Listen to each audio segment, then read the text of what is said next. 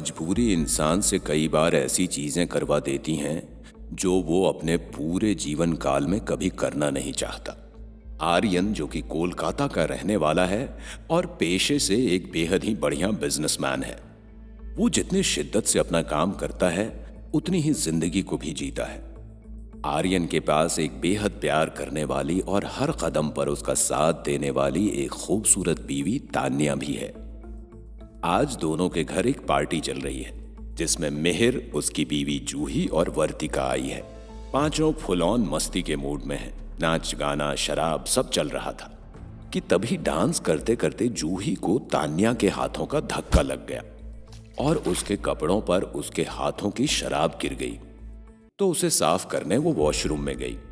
Washroom में अपने कपड़ों को साफ कर ही रही थी कि तभी उसे ऐसा लगा जैसे कोई तेजी से उसके पीछे से गुजरा हो। उसने पलटकर देखा तो वहां कोई नहीं था, बस जमीन पर एक पुराने जमाने की एक बेहद खूबसूरत चरण पादुका पड़ी थी, जिसे देख किसी का भी मन उसे पहनने का करे। वो उसकी ओर बढ़ी और जमीन से उठाकर उसने जैसे ही उस चरण पादुका को अपने हाथों में लिया और देखने लगी तो अचानक वो चरण पादुका अपने आप उसके हाथ से हवा में उछली और उछलकर उसके चेहरे से टकराकर जमीन पर वापस आ गिरी और उसने जोर से चीखते हुए आंखें बंद कर ली। जब आंख खोली तो सब कुछ नॉर्मल था। उसे लगा शायद ये उसका वहम है, इसलिए उसने एक बार फिर उस चरण पादुका को हाथ में उठाया और देखने लगी। तो देखते ही देखते वो चरण पादुका उसके हाथों में किसी गोंद की तरह चिपक गई और चिपक कर धीरे धीरे उसके हाथों के अंदर घुसने लगी और घुसकर किसी कीड़े की तरह उसके पूरे शरीर के अंदर चलने लगी। वो तड़पती हुई जमीन पर गिर पड़ी।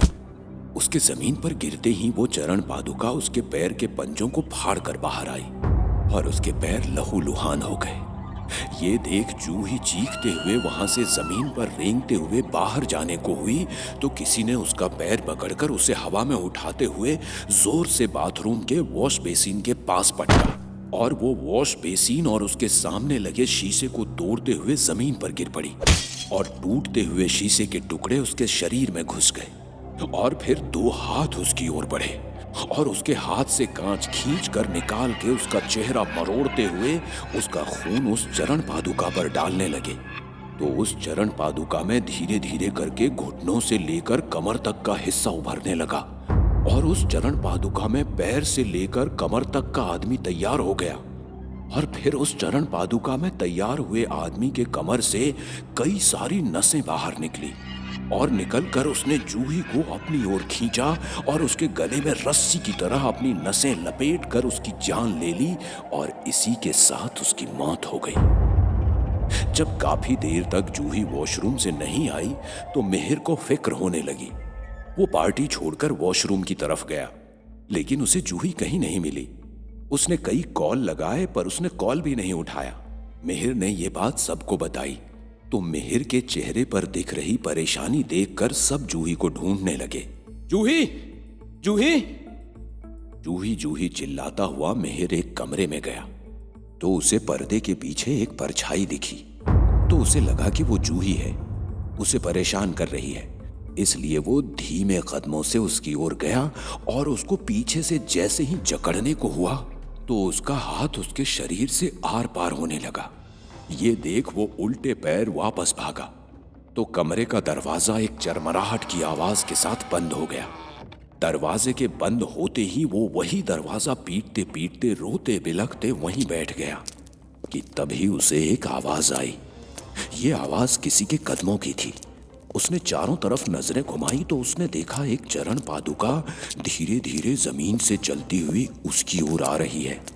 ये देख वो जोर से चीखने लगा तो जिस दरवाजे से वो चिपक कर बैठा था उस दरवाजे से निकलते हाथ उसका मुंह पकड़कर दबाते हुए उसकी आवाज रोक रहे थे। वो झटपटाते हुए अपने आप को छुड़ाते हुए जैसे ही उठकर खड़ा हुआ और जोर से चीखा तो उसकी चीख सुनकर वर्तिका, तान्या और आर्यन उस दरवाजे की ओर आए और दरवाजा खोलकर अंदर आ गए तो कमरे में कोई नहीं था। पूरा कमरा खाली था क्योंकि दरवाजा खुलने की आहट सुनते ही उस कमरे की छत को चीरते हुए दो हाथ नीचे आए और मिहिर को पकड़कर सीधा ऊपर की ओर खींच लिया मिहिर सीलिंग से चिपका हुआ कई सारे हाथों से जकड़ा हुआ छटपटा रहा था कि तभी अचानक एक साथ सारे हाथों ने उसे छोड़ दिया और वो सीधा ऊपर से धड़ाम से नीचे जमीन पर आ गिरा। वो इतनी जोर से गिरा था कि उसकी 2-3 हड्डियां तो टूट ही चुकी थी और वो दर्द में तड़पता हुआ जमीन पर पड़ा था कि तभी 2 चरण पादुका जमीन से चलते चलते उसकी ओर आने लगे। तो उसने गुस्से से अपने पैरों से उसे दूर फेंकने को हुआ तो वो चरण पादुका उसके पैरों में जाकर चिपक गई और उसके पैरों से धुआं निकलने लगा और उसके पैर देखते ही देखते जलने लगे। उसके पैर आग की लपटों में जल रहे थे कि तभी जलते हुए मिहिर की तरफ 2 हाथ आए और उसकी हाथ की नस काट के उसका खून उस चरण पादुका पर डालने लगे। तो उस चरण पादुका में धीरे धीरे कमर से लेकर ऊपर तक का बिना सर वाला एक धड़ उभर कर तैयार हुआ और फिर उस चरण पादुका से बने बिना सर वाले आदमी ने अपनी जीभ निकाली और जीभ निकालकर मिहिर की ओर बढ़ाई और उसके सीने में घुसाकर उसका दिल बाहर निकाल लिया और इसी के साथ मिहिर की जान निकल गई। इधर वर्तिका और तान्या परेशान थे कि मिहिर और जूही दोनों कर क्या रहे हैं, कहां गायब हो गए कि तभी आर्यन बोल पड़ा, अरे दोनों मियां बीवी हैं, कहीं अकेले में समय बिता रहे होंगे। आर्यन की ये बात भी वर्तिका और तान्या को सही लगी तो वर्तिका ने कहा, ठीक है, फिर वैसे भी बहुत लेट हो गया है, चलो मैं निकलती हूँ, बाय। ये कहकर वो जैसे ही गाड़ी के पास पहुंची तो उसने देखा कि ठीक उसके सामने एक चरण पादुका अपने आप हवा में चल रही है। ये देखकर वो घबरा गई और जैसे ही पीछे हटी तो किसी चीज से टकराकर नीचे गिरी तो जोर से चीख पड़ी क्योंकि जिस चीज से टकराकर गिरी थी वो वही चरण पादुका थी। उसके जमीन पर गिरते ही 2 हाथ जमीन से निकलकर उसका पैर पकड़कर उसे जमीन से घसीटते हुए घर के अंदर ले जाने लगे। तो उसने अपनी जेब से एक ताबीज निकाली और उन बुरी शक्तियों को दिखाया तो सारी की सारी बुरी शक्तियां भाग गई। उसके तुरंत बाद ये बात बताने वर्तिका तान्या और आर्यन के पास पहुंची और उन्हें ये बताकर अपने साथ बाहर लाने को हुई तो किसी ने उसके सर पर किसी भारी चीज से वार कर दिया। उसने जैसे तैसे पीछे पलट कर देखा तो उसके होश ही उड़ गए क्योंकि उसके सर पर वार करने वाला कोई और नहीं बल्कि आर्यन था। वर्तिका के जमीन पर गिरते ही तान्या ने वो ताबीज उससे दूर फेंका और कहा, ये लो तुम्हारी आखिरी बलि। ये कहते ही उस चरण पादुका ने एक भयानक सर कटे आदमी का रूप ले लिया और वर्तिका का गला काट कर उसने वो खून अपनी गर्दन पर डाला तो उस आदमी का सर भी उसके धड़ से उभर कर आ गया और वो एक जीता जागता आदमी बन गया और फिर वो किसी भूखे भेड़िए की तरह वर्तिका की लाश को नोच नोच कर खाने लगा। वर्तिका की मौत के बाद तान्या ने कहा, हमने तुम्हारी बात मानी, अब हमारी बेटी मीरा को आजाद कर दो।